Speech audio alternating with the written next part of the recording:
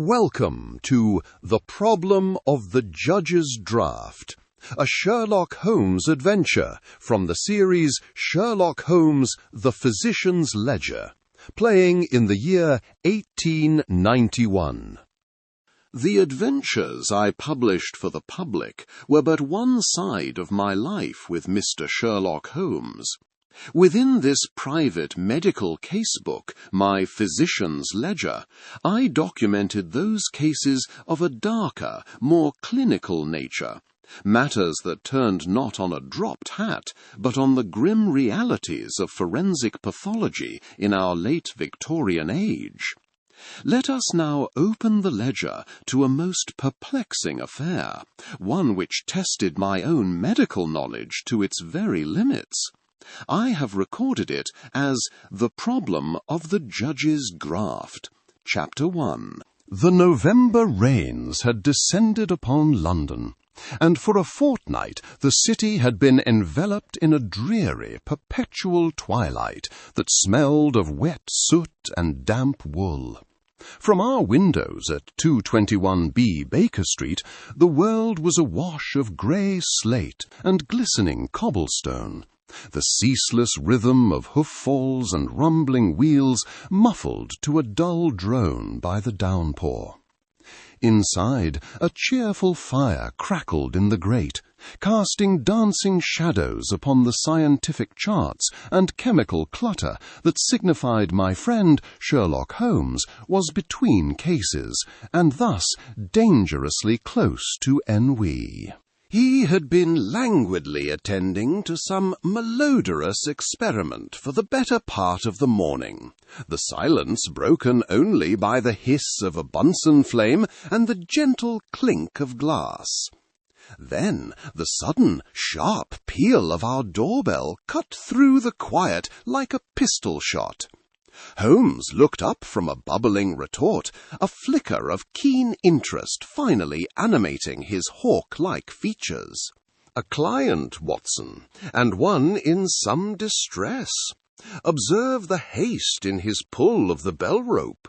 Not the tentative inquiry of a casual visitor, but the urgent summons of a man at his wit's end," Sherlock Holmes pointed out.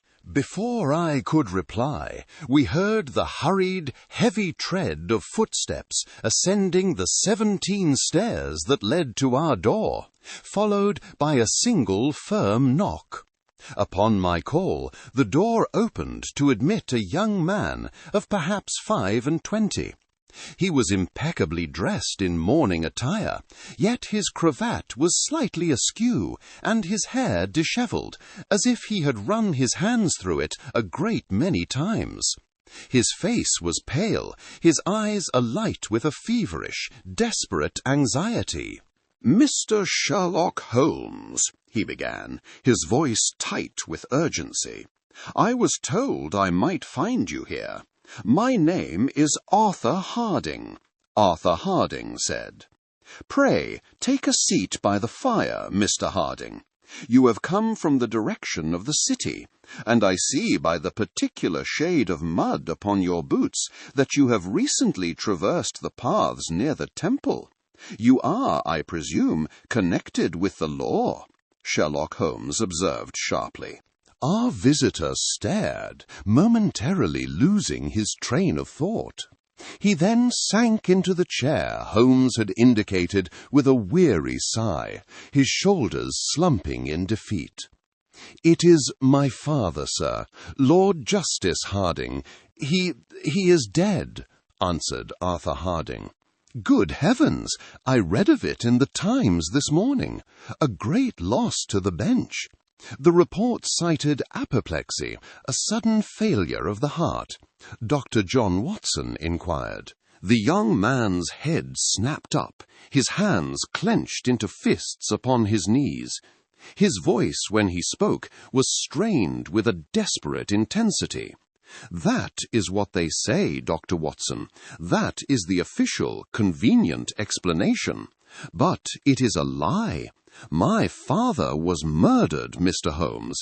I am as certain of it as I am that I sit here before you now," Arthur Harding replied. My medical training rebelled at the notion.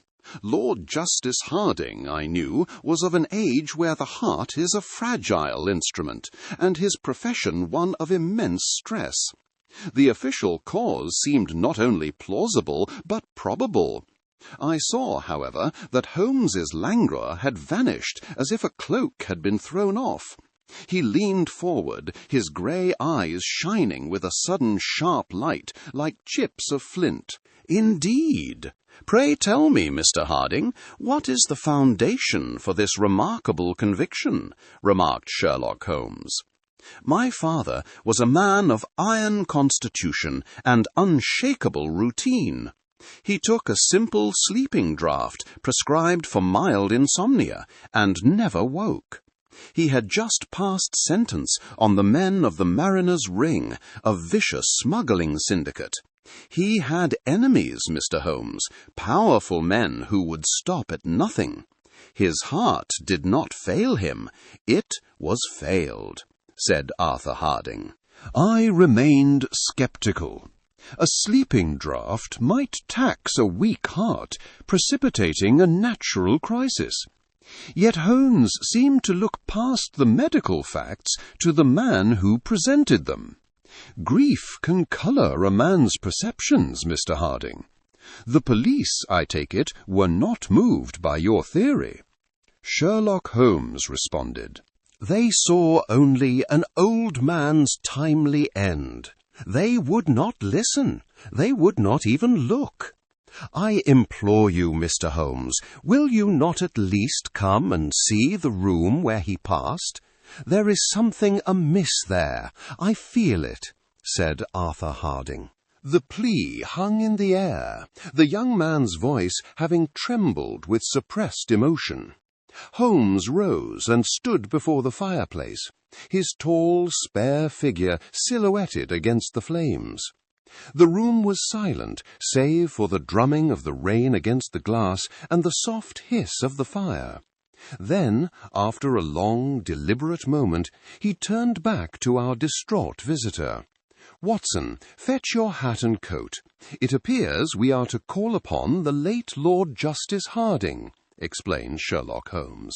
A hansom cab delivered us shortly thereafter to the Old Bailey, despite my lingering medical scepticism. We were admitted not to the great halls of justice, but to the private chambers of the late Lord Justice Harding, a space that felt as solemn and unyielding as the man himself. The air was cold and still, heavy with the scent of old leather and beeswax. A grand mantel clock ticked with a funereal slowness, its measured rhythm the only sound to break the profound quiet that had fallen over the room. The chamber was a monument to austerity. Books bound in dark calfskin lined the walls, each volume perfectly aligned. Papers on the desk were stacked with geometric precision. The only disruption to this severe order was the high-backed armchair by the hearth, its cushions still bearing the faint impression of the man who had breathed his last within its confines. It was a grim tableau, a stark contrast between a life of rigid control and the final, disorderly business of death. Order, Watson. The man lived by it, and, it would seem, died by it. A place for everything, and everything in its place. Almost. My friend was already across the room, his keen eyes scanning the contents of a small bedside table. I joined him, my gaze falling upon a familiar collection of nightly effects. A pair of spectacles, a volume of legal philosophy left open, and a small, half-empty glass vial with a neatly printed label. I picked it up, the glass cool against my fingers. "A simple sleeping draught," I observed, holding it to the grey light filtering through the tall window. "A tincture, no doubt. Quite common for a man of his age and profession, wrestling with the day's weighty pronouncements." "From a Monsieur Dubois of Mayfair," Holmes mused, peering at the label without taking the vial from my hand. "A fashionable chemist for a man of such Spartan tastes. An interesting, if not incongruous choice," observed Sherlock Holmes. He turned away, his attention drawn to a small sideboard upon which stood a heavy crystal decanter of port and a single, immaculately clean glass. The decanter was still 3/4 full, its dark ruby contents catching the light. Holmes ran a gloved finger along its stopper, his expression thoughtful. His son described the nightly ritual with perfect clarity. A single glass of this very port, a chapter of his book, and then the draught to ensure his mind could find rest. A perfectly sound routine. I confess, Holmes, I see nothing here to challenge the official verdict.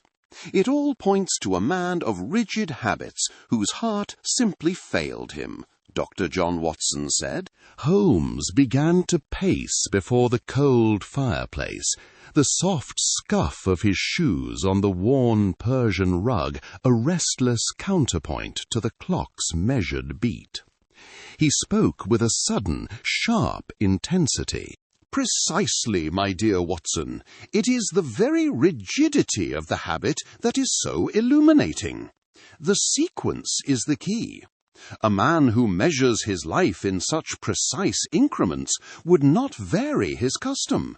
The port, then the book, then the draught, always in that order.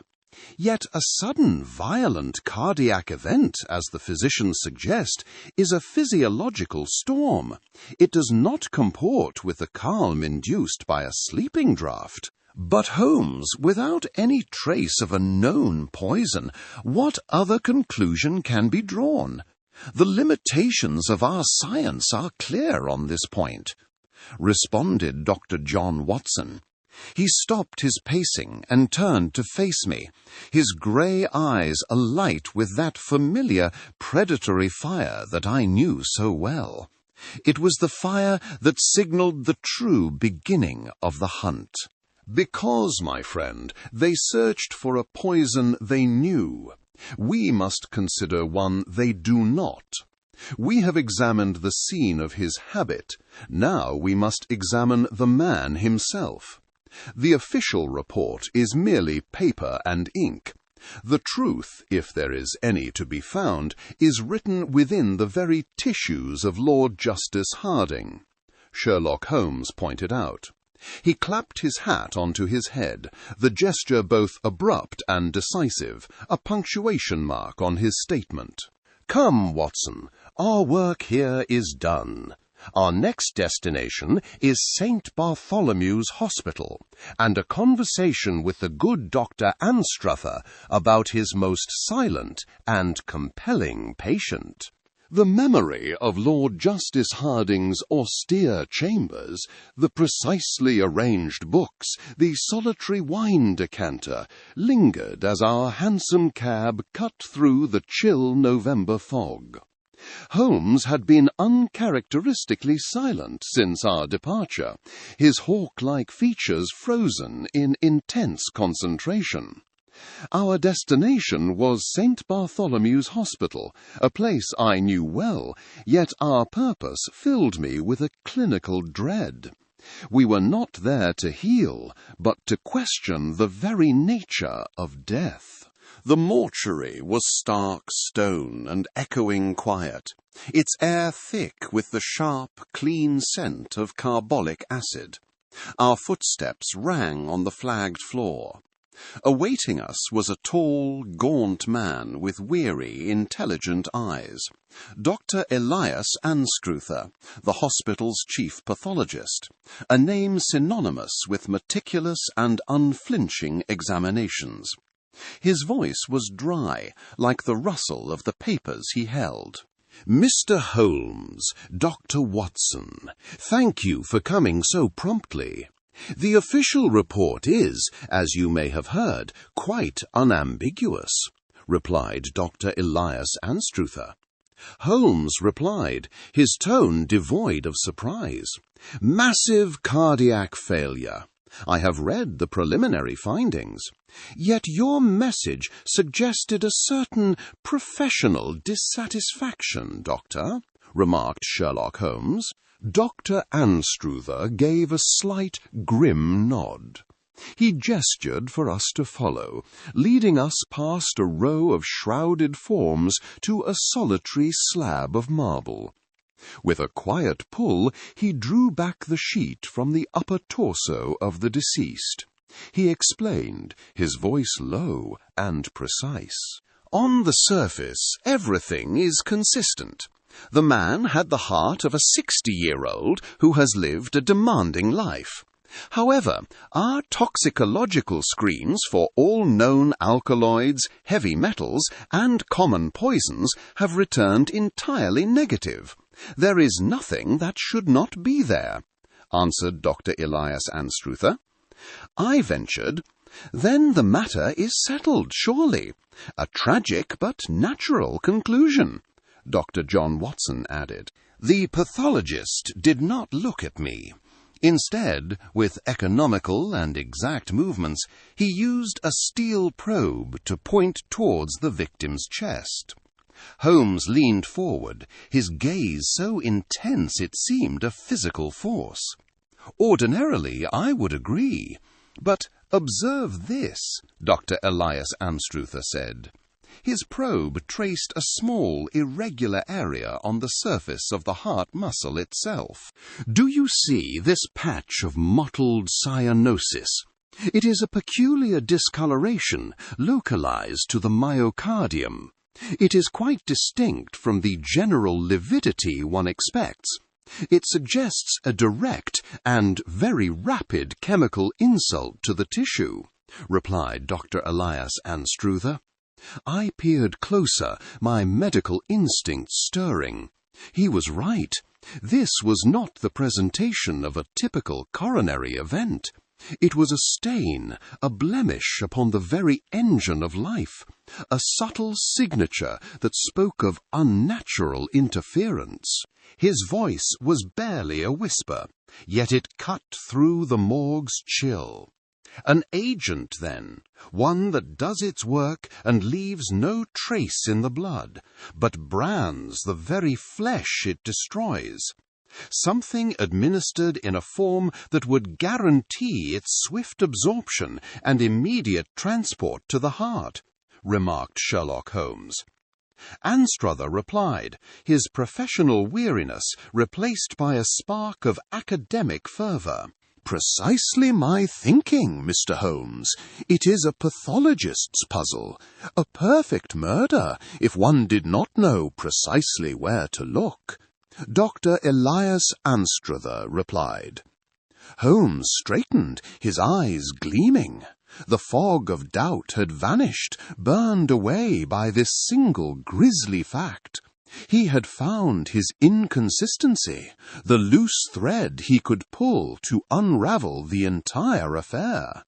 We took our leave of the quiet doctor, emerging from the cold silence of the mortuary back into the muffled clamour of London.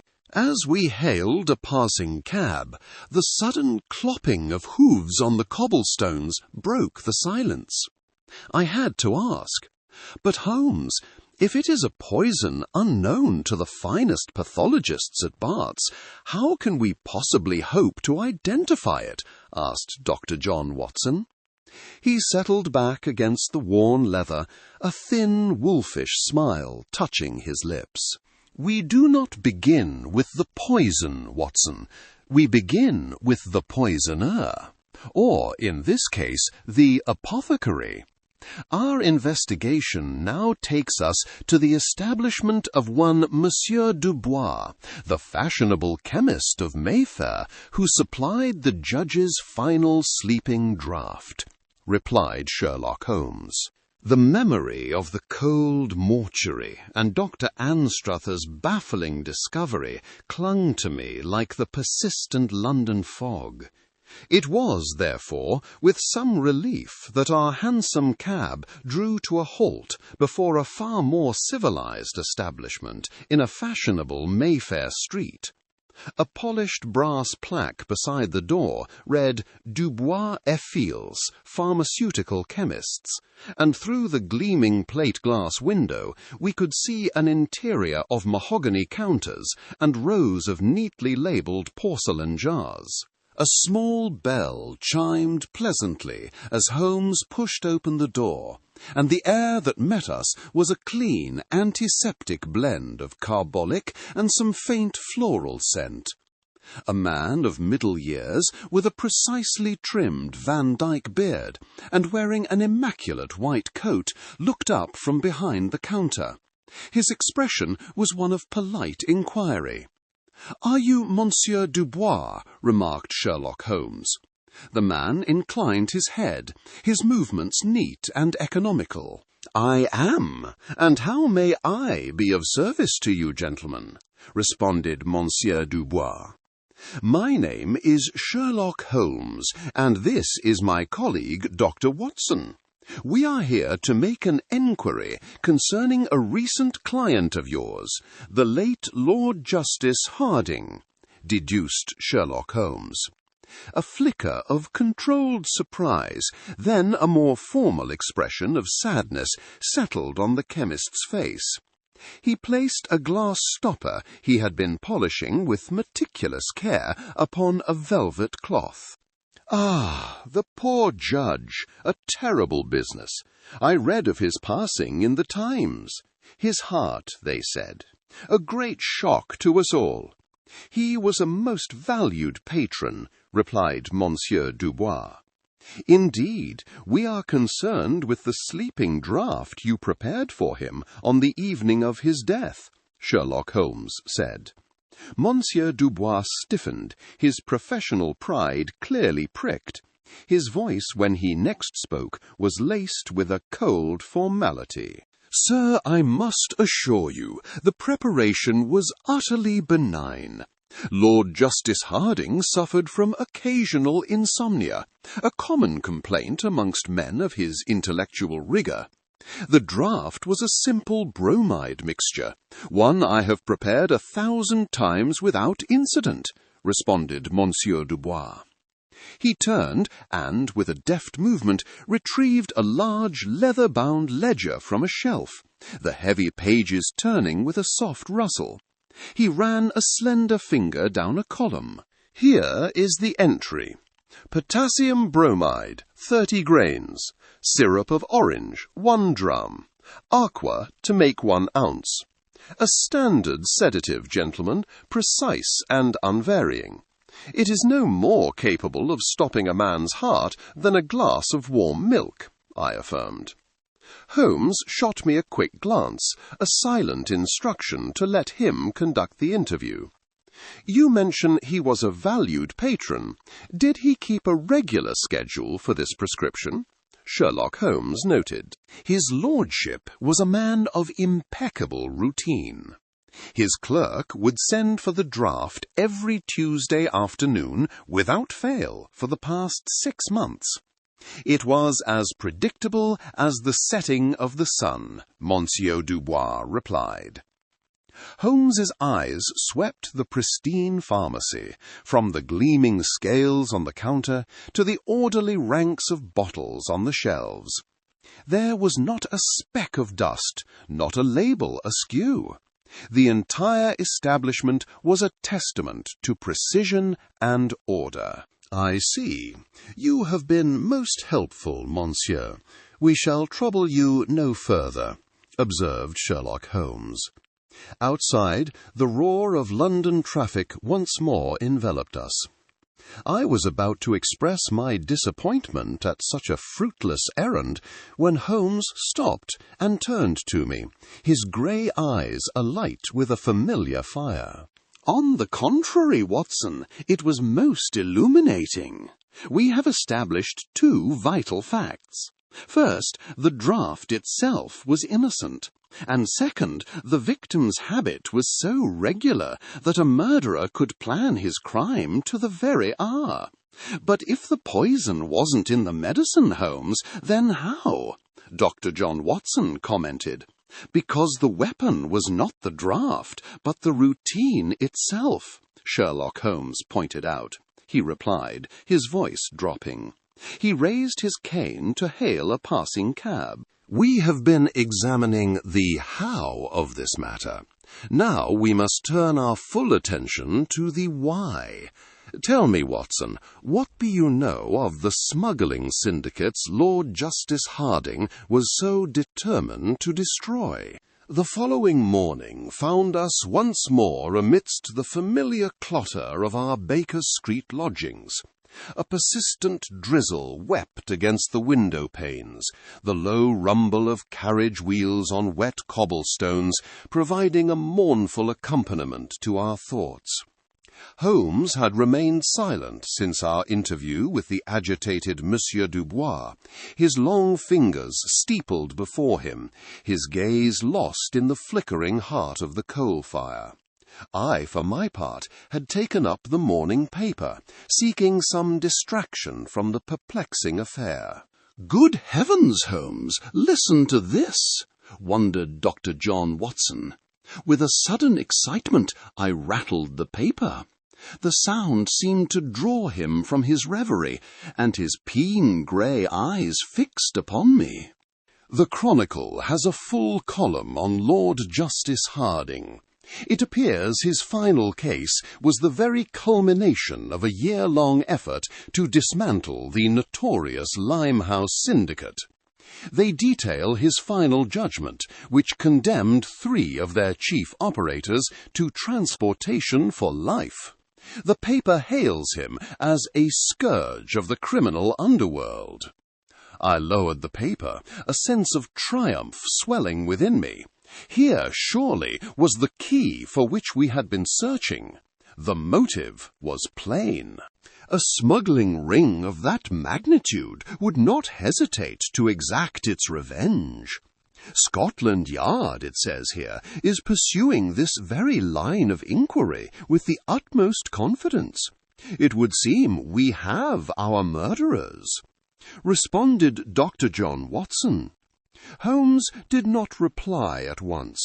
Instead, he rose from his chair and began to pace the length of the hearthrug, the floorboards groaning softly under his restless tread. The scent of his strong shag tobacco filled the air as he lit his pipe. "It is, I confess, an exceptionally tidy solution," replied Sherlock Holmes. His tone was dry, entirely devoid of the satisfaction I had expected. "Almost too tidy, Watson. Consider the men of the Limehouse syndicate. Their methods are crude, effective, and born of desperation. A knife in a foggy alley, a cosh in a darkened doorway, perhaps a pistol shot from a passing hansom. That is their signature.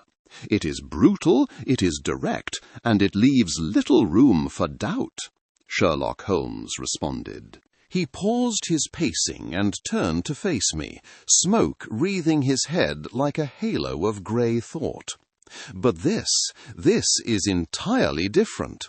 A death so subtle that it convinces a man of your medical expertise it is from natural causes. A method that requires precision, patience, and a knowledge not of back-alley thuggery, but of chemistry. Does that sound to you like the work of brutish smugglers?" declared Sherlock Holmes. His logic, as ever, was a splash of cold water that extinguished my simple certainty. The discrepancy was glaring now that he had shed light upon it. "Then you believe this syndicate is merely a distraction, a red herring?" Dr. John Watson said. "I believe it is a most convenient curtain, behind which the true artist of this affair is hiding," he replied, his voice dropping to a low, intense pitch. "The police may chase these dockside shadows as they please. It will afford us the time we need. Our answer does not lie in the public records of the court, but in the private confines of the judge's own chambers, declared Sherlock Holmes. He set his pipe down with a decisive click upon the mantelpiece. His eyes held a renewed fire. The hunt was truly afoot once more. Come, Watson, fetch your hat and coat. We are returning to the scene of the crime. There is an object in that room that I have overlooked, and I have a distinct feeling it is waiting to tell us its story, stated Sherlock Holmes. It is a common error, Watson, to mistake the obvious for the true, Holmes had declared as our hansom cab rattled toward the Old Bailey. The police were in full cry after the smuggling syndicate, a pack of hounds on a hot scent, yet my friend remained utterly unmoved. He had retreated into a profound inner silence. I knew this state well. It was the prelude to some extraordinary mental exertion. We were admitted once more to the late Lord Justice Harding's chambers. The air within was stale, heavy with the scent of old leather and dust. The silence was broken only by two sounds, the mournful ticking of a grand clock and the distant, muted clang of a city bell. The constables had completed their work, leaving a fine layer of fingerprint powder on several surfaces, a sight that seemed to offend Holmes's sensibilities more than the crime itself. He paid no heed to the judge's desk piled high with legal documents, nor did he glance at the half-empty glass from which the fatal draught had been consumed. Instead, he began a slow, methodical circuit of the room, his head thrust forward, his eyes scanning every detail from the floorboards to the cornices. He was like a master predator quartering his ground, ignoring the obvious trail to seek a more subtle sign. I watched, my patience wearing thin, as he passed over what I considered the most promising evidence without a second glance. "Holmes, surely the papers," commented Dr. John Watson. I began, but he silenced me with a peremptory wave of his hand. His circuit finally brought him to a small mahogany sideboard. Upon it sat a decanter of sherry and two glasses. The police had noted the object, but dismissed it as untouched. But Holmes froze before it. He leaned in, his hawk-like nose mere inches from the crystal stopper. He did not touch it, but stood utterly still for the better part of a minute. The only sound was the faint creak of the floor beneath his weight. "What is it?" I asked, my voice a low whisper. He did not answer immediately. Instead, he produced his pocket lens and a pair of fine tweezers from his coat. With the utmost delicacy, he lifted the crystal stopper from the decanter's neck. He brought it close to his face, inhaling slowly, deliberately. A flicker of intense concentration crossed his features. "You have a keen sense of smell, Watson. Tell me what you discern," deduced Sherlock Holmes. He murmured, his voice tight with restrained excitement. I stepped forward and took the stopper he offered. I sniffed, detecting the familiar, nutty aroma of the Amontillado sherry. But beneath it, so faint as to be almost imaginary, was something else. A strange, earthy fragrance, entirely alien to a London study. It was vaguely floral, yet held a bitter, medicinal undertone. "It is unusual. Something of the hothouse, perhaps, or a chemist's shop," responded Dr. John Watson. "A chemist's shop in the heart of the Amazon, perhaps. This is no English flower, my friend. This is the scent of a poison so obscure our European pharmacopoeia has no name for it," stated Sherlock Holmes. His eyes gleamed as he spoke. He then produced a small glass slide and a scalpel from his travelling case. With a surgeon's precision, he scraped at the porous underside of the cork stopper, collecting a microscopic particle of dark residue. It was a mere speck of dust, a mote so insignificant any other eye would have missed it entirely. He carefully sealed the sample between two slips of glass. The syndicate would have used a cudgel or a knife, Watson. This is the work of an artist, an intellect.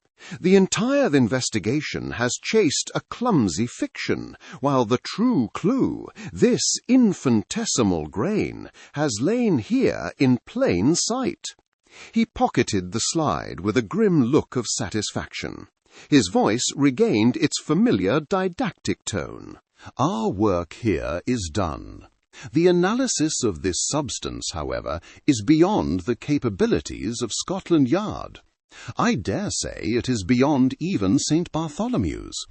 We require a different sort of expert. A pathologist? Dr. John Watson inquired.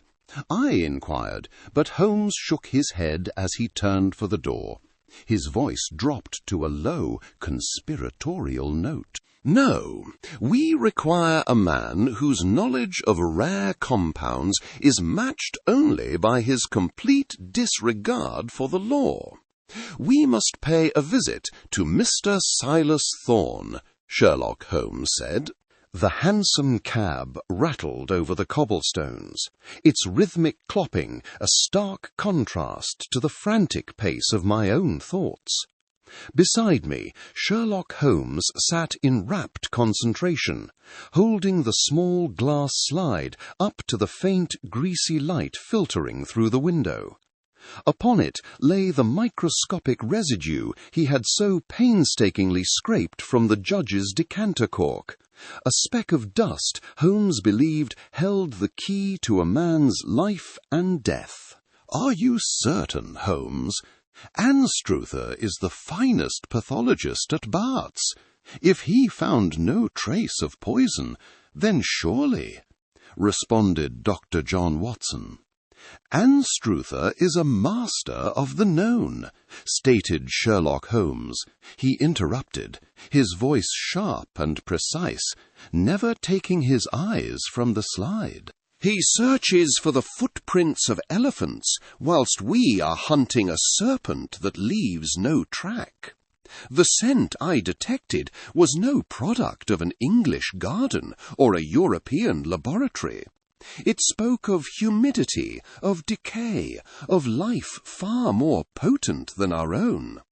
We are dealing with a substance that lies beyond the purview of conventional toxicology.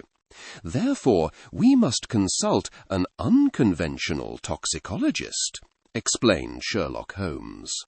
He gave the driver a new direction, an address in a warren of narrow streets south of the river, a part of London where the gas lamps burned with a more sinister yellow light.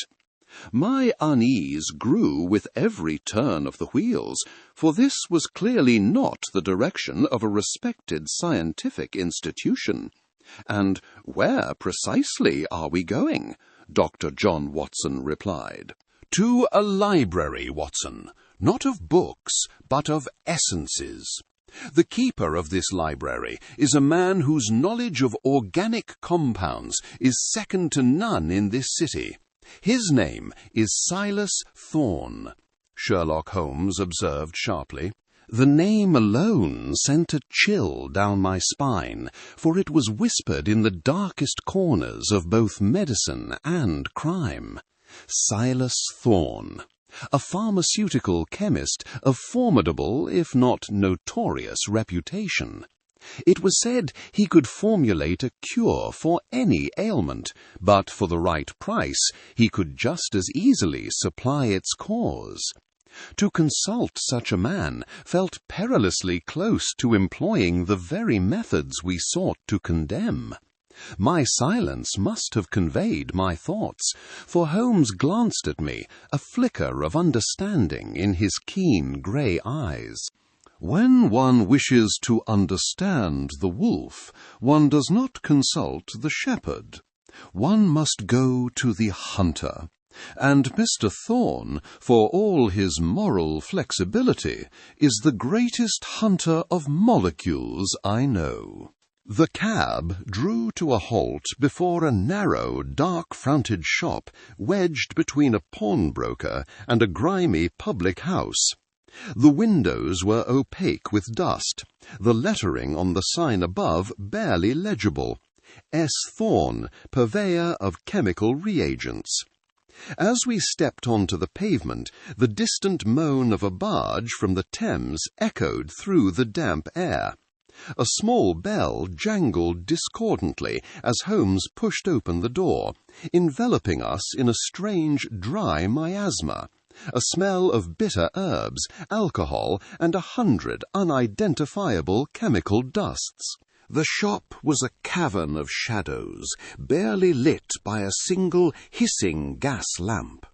Shelves climbed from floor to ceiling, crammed with a terrifying array of glass bottles, jars, and retorts, each neatly labelled in a precise, spidery hand.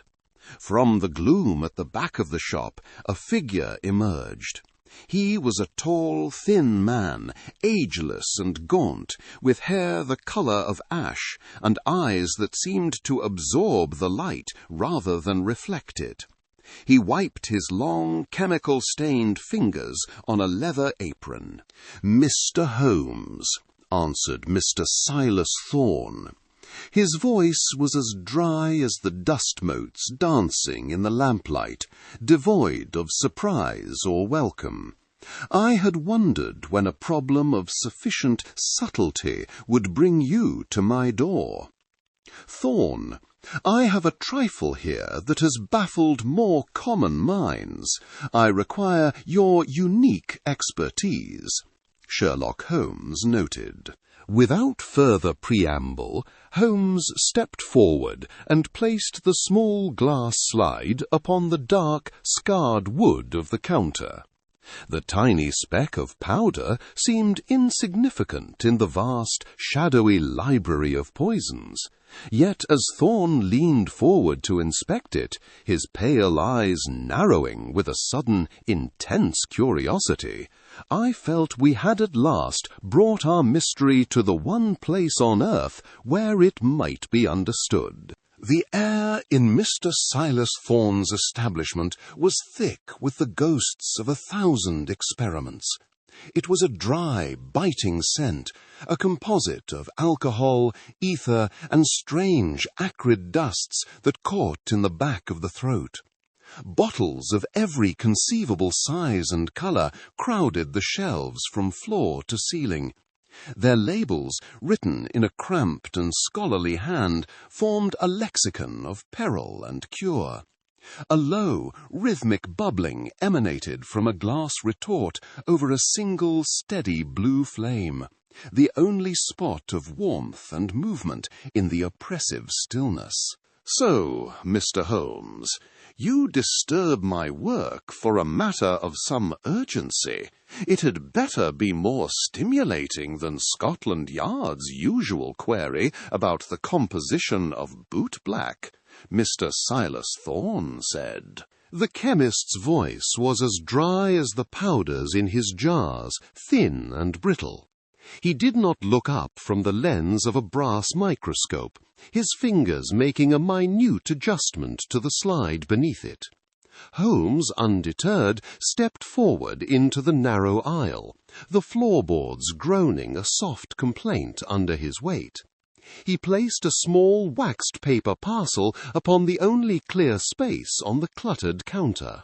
"It is not bootblack, Mr. Thorne, but the faintest residue from the cork of a claret decanter.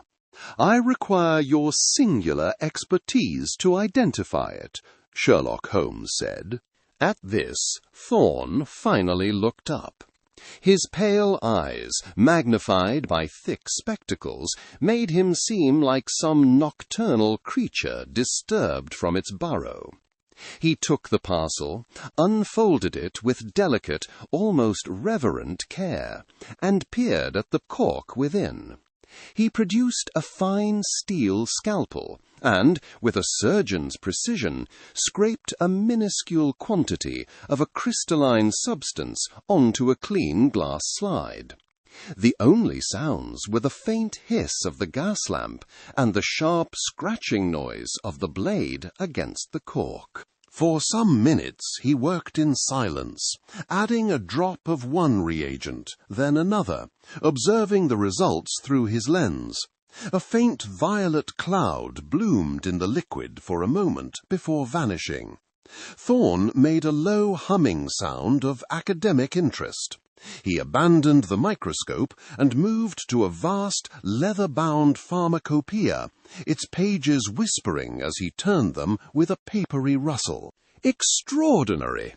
Quite extraordinary! Your cork, Mr. Holmes, has taken a long and fascinating journey. Mr. Silas Thorne answered. What is it, man? Dr. John Watson said. My impatience broke the spell of concentration. Thorne shot me a withering glance before turning his gaze back to my friend. It is an alkaloid, of course, but not one you would find in any British or even European index. This is botanical in origin, derived from the bark of a vine found only in the deepest tributaries of the Amazon. Its native name is unpronounceable.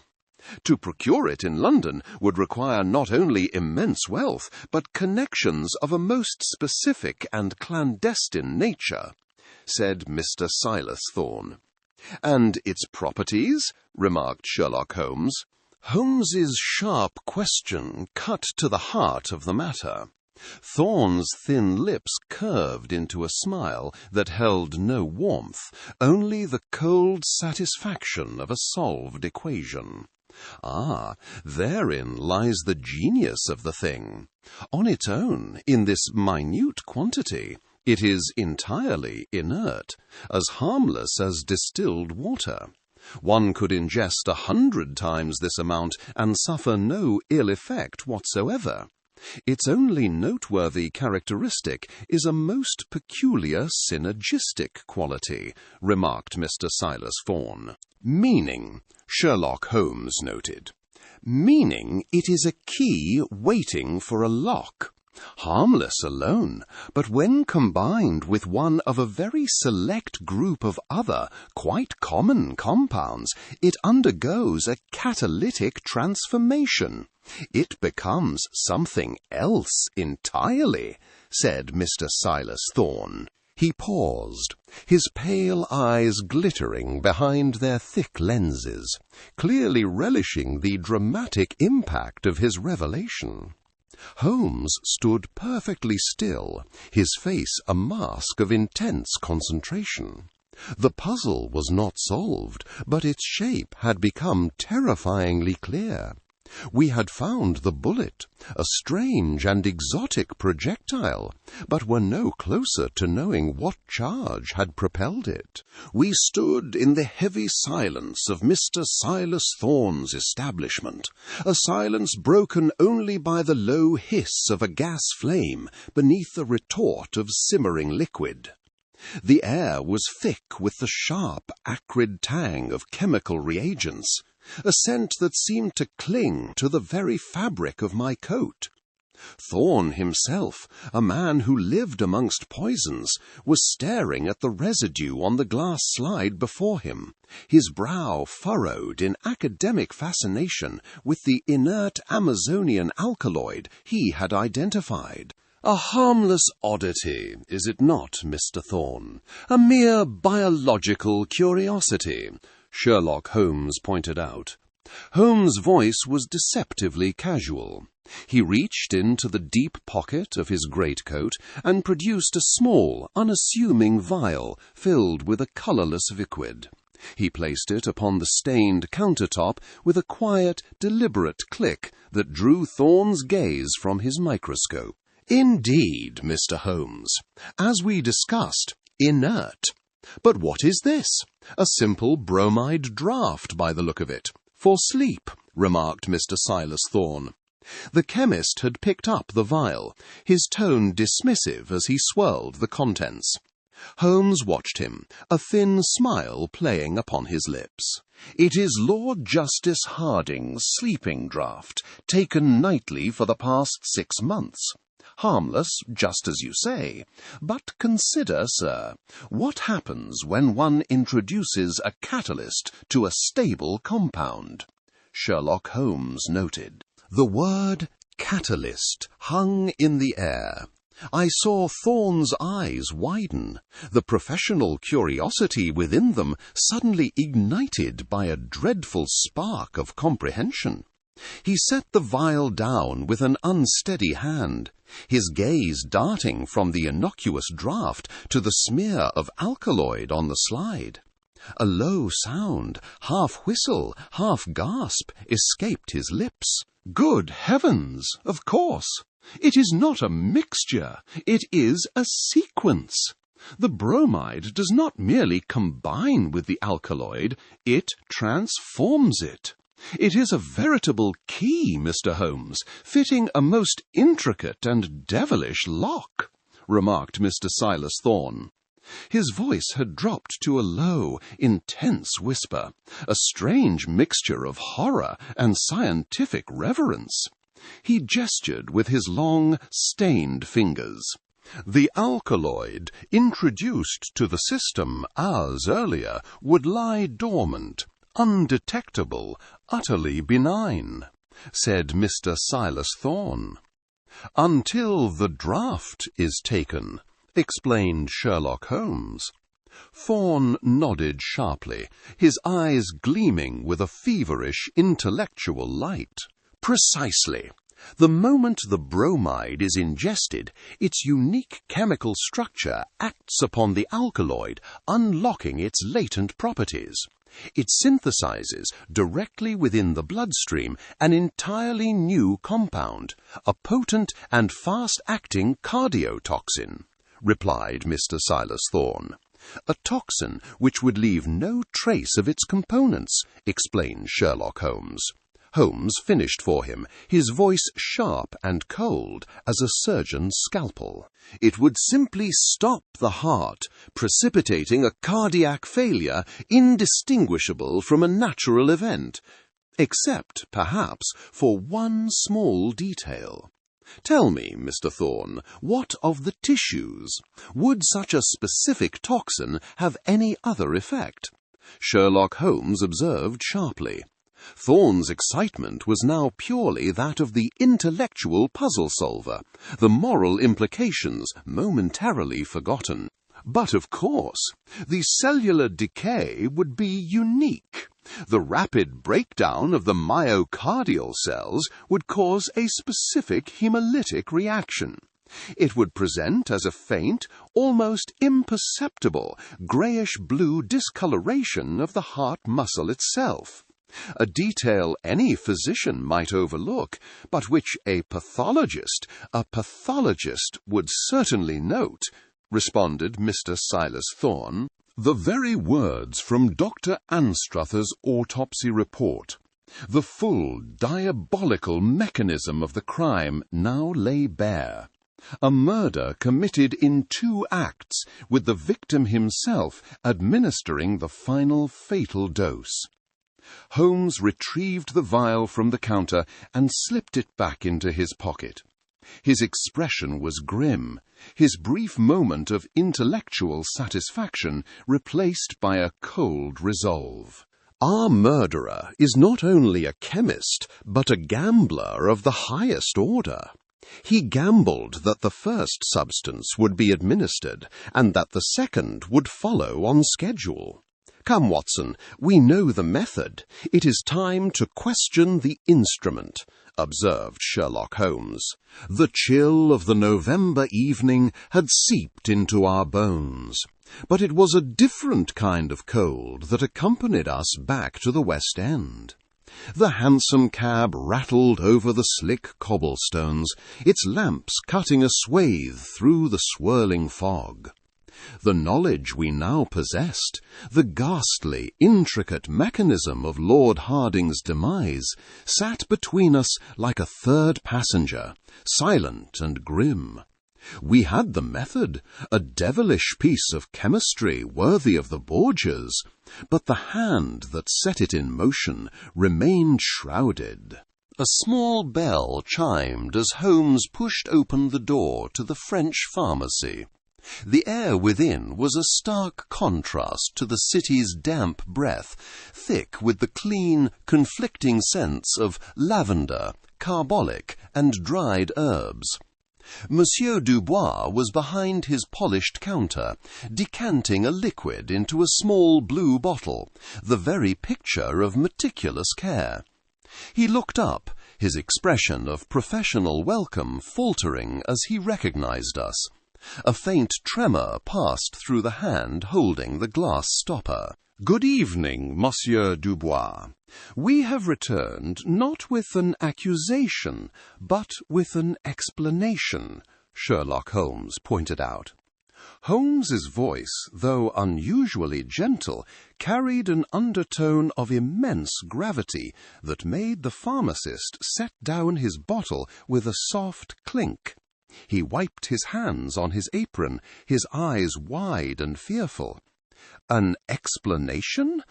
I do not understand, Monsieur Holmes. I have told you everything.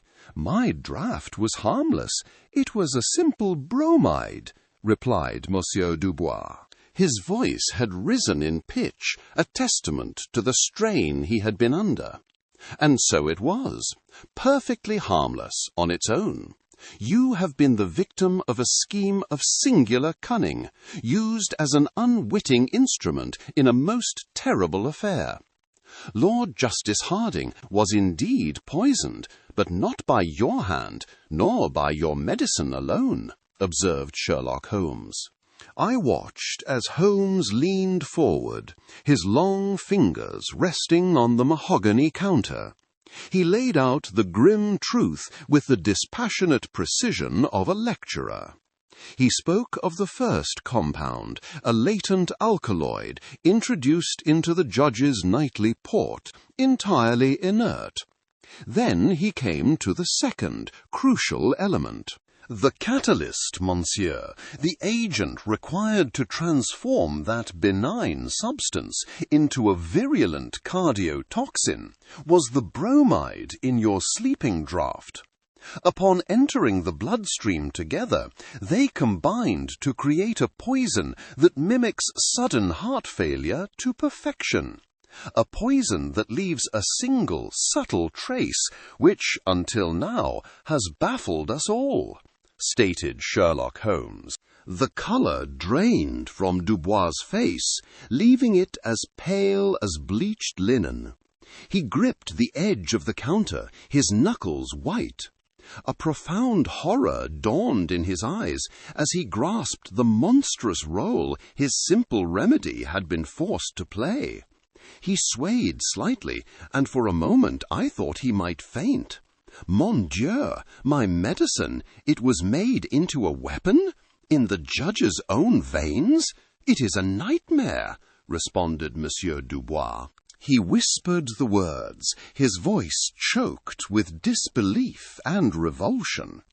Clearly, the man was as much a victim as the judge. "It is a reality, and now I must ask for your help to find the fiend responsible. Your name is cleared, but your memory may hold the key. Think carefully, monsieur. The killer needed to know two things with absolute certainty. First, that the judge took a glass of port every night, and second, the precise nature and timing of the prescription you were to fill. Who else had this knowledge?" Sherlock Holmes noted. Dubois stared blankly for a moment, the rhythmic ticking of a wall clock the only sound in the shop.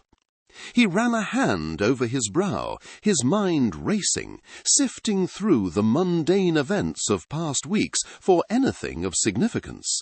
His prescription, it was routine. His clerk would send the request, sometimes his son. But the timing, who could know the exact day he would feel the need for it? It was not a standing order, it was requested only as required. Monsieur Dubois replied, "Precisely. The killer did not merely hope, he knew. He orchestrated the final act. Who brought you the request this last time? Who knew the judge was feeling unwell and would require the draught that specific evening?" Sherlock Holmes noted. A flicker of recollection crossed the pharmacist's features. He straightened up, his focus sharpening as a particular memory surfaced from the depths of his distress. He looked from me to Holmes, his lips parted as if to speak. The final piece of the puzzle was about to be laid upon the counter. The chambers of the late Lord Justice Harding were a study in oppressive silence. Heavy oak panels absorbed all sound, and the stern visages of long-dead jurists stared down from their gilt frames, their painted eyes seeming to follow our every move. In the corner, a tall grandfather clock marked the passing seconds with a ponderous, heavy tick that did little to relieve the tension. We were all assembled. Young Arthur Harding, his face a pale mask of anxiety. Inspector Lestrade, shifting his weight from foot to foot with ill-concealed impatience, and my friend, Sherlock Holmes, who stood before the cold hearth, his expression as unreadable as a slab of granite. Almost forgotten by the great mahogany desk stood a mousy, balding man I recognized as the judge's clerk. He clutched a leather-bound ledger to his chest like a shield, his gaze fixed upon the carpet. "Gentlemen, we are gathered to put a final period upon a sentence of death, one which has until now been misattributed to Providence," Sherlock Holmes said. Holmes's voice was crisp, cutting through the funereal quiet.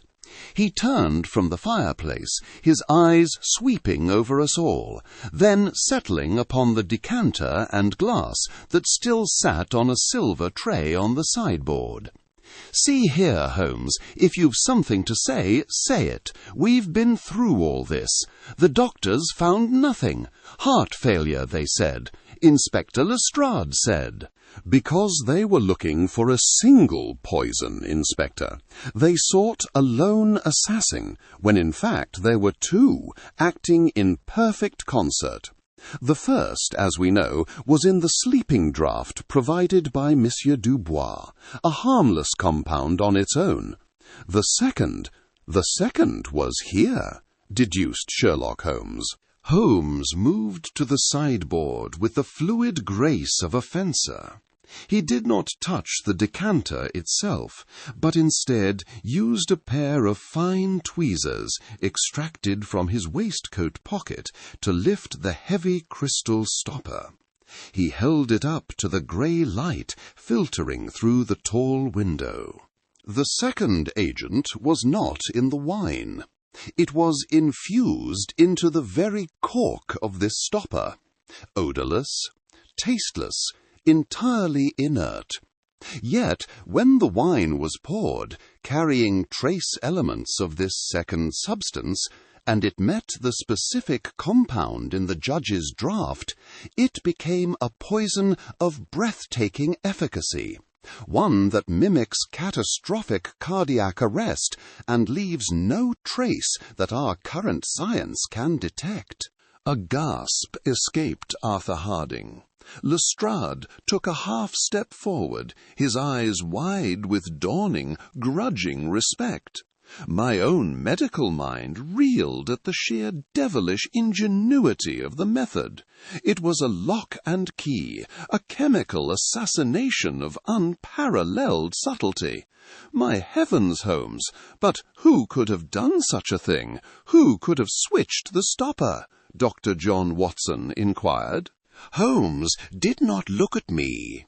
His gaze, sharp as a needle, moved from the stopper to the clerk, who seemed to shrink under its intensity. The ticking of the clock suddenly sounded like a blacksmith's hammer.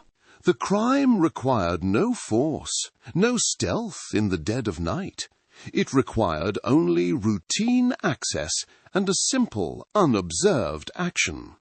The action of a man whose duty it was to tend to this very decanter, a man who, for instance, cleaned and refilled it each morning. A simple swap of one stopper for another, provided by those who wished the judge silenced. Is that not so, Mr. Finch? Sherlock Holmes observed sharply. The ledger fell from the clerk's hands, striking the floor with a heavy, muffled thud that echoed the finality in Holmes's voice. Mr. Finch stared, his face ashen, his mouth opening and closing without a sound. He was a man trapped, not by iron bars, but by a chain of irrefutable logic. They made me. They had letters. My family. The judge's clerk answered. His protest broke into a choked sob.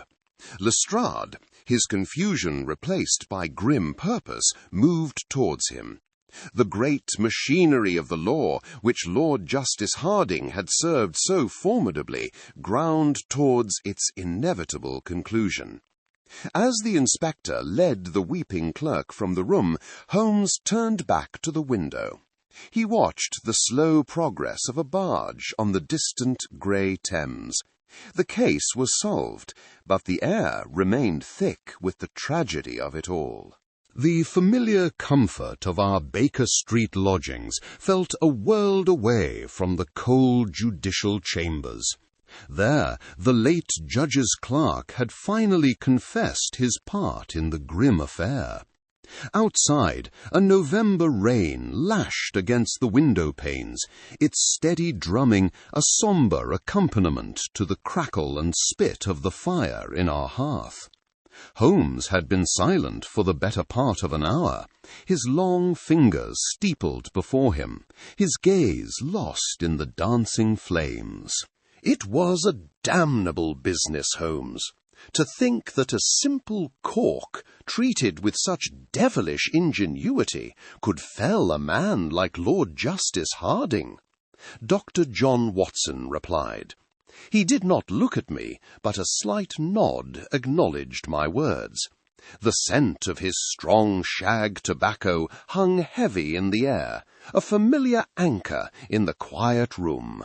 It was not the cork that felled him, Watson, but the clerk's quiet resentment, cultivated over years of perceived slights. The syndicate merely provided the weapon. They created a poison that mimicked nature so perfectly it was invisible to a standard post-mortem. A poison delivered by a method so mundane as to be beyond suspicion.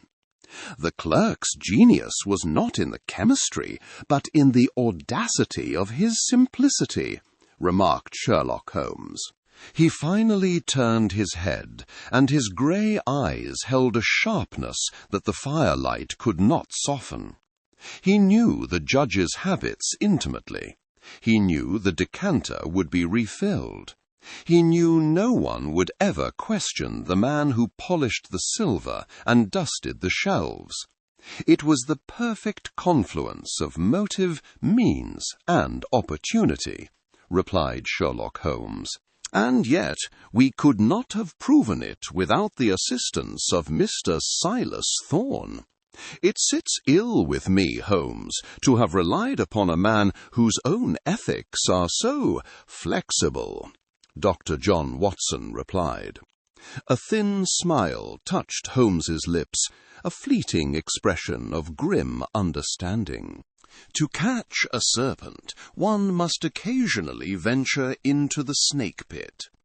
Thorne's knowledge of obscure alkaloids was the key that unlocked Dr. Anstruther's toxicology reports. He walks a fine line between chemist and criminal, it is true, but in this instance his unique expertise served the cause of justice, replied Sherlock Holmes. He rose from his chair and began to pace before the fire, his restless energy returning now that the intellectual chase was over. This case marks a turning point, my dear fellow.